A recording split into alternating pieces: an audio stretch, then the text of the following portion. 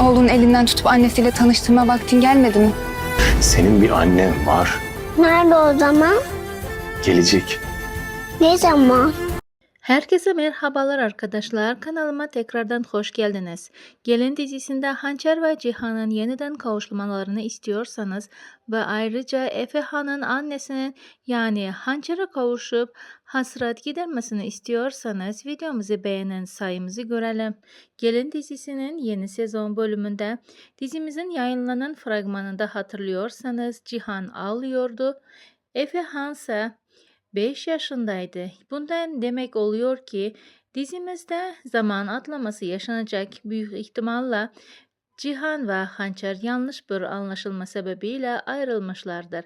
Yani Cihan Hançer'in kendisini aldattığını sanmıştır. Ama Hançer, Gülfem ve dizimize yeni gelen kötü karakterler tarafından tehdit edilmiştir. Bu nedenle de Hançer ailesini korumak için kendisine Cihan'ı aldattığı iftirasını atmak zorunda kalacaktır. Bu nedenle de Cihan ağlamaktadır ve aşk acısı yüzünden saçları da beyazlamıştır. Ama önümüzdeki bölümde tüm sırlar ve entrikalar ortaya çıkacak. Efehan'ın varlığı sayesinde Cihan ve Hançer yeniden bir araya gelecekler.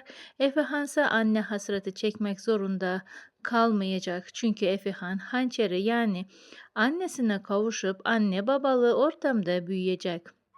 Cihan ise bu süreçte Hançer'in kendisini aldatmadığını öğrenecek. Cihan Hançer'le boşandığı için yeniden onunla evlenecek ve mutlu bir hayata devam edecekler. Ayrıca Sinem ve Metin de ölmedi. Hayattadırlar. Yakın bölümlerde onlar da dizimizde dahil olacak. Dizimiz ise bir değişikliğe gidilmezse 14 Eylül Pazartesi günü yeni sezonunun ilk bölümüyle ekranlara geri dönecek. Peki arkadaşlar, sizce Hançer'in Cihan ve Efehan'ı terk edip gitme sebebi ne olacak? Fikirlerinizi aşağıda yorumlar kısmında bizlerle paylaşmayı ve kanalımıza abone olmayı, bildirimler tuşunu da açmayı unutmayın. Yeni analizlerse en kısa sürede sizlere gelmeye devam edecek. Şimdilik hoşça kalın.